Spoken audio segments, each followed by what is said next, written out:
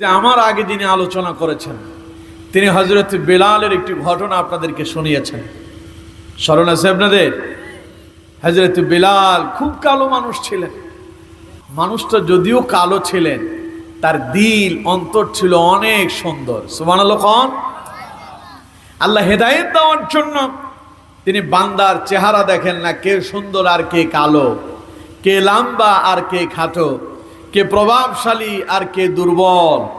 আল্লাহ তাআলা এগুলো দেখেন না, আল্লাহ দেখেন বান্দার অন্তর। আল্লাহ কি দেখেন? কথা কয় না, কি দেখেন? বান্দার অন্তর দেখেন। আল্লাহ বান্দার অন্তর যদি না দেখতেন তাহলে বেলালের মতো কালো মানুষ কিন্তু হেদায়েত পেত না।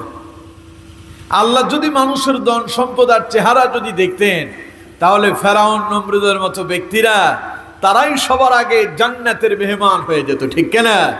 কিন্তু আল্লাহ দেখেন বান্দার অন্তর।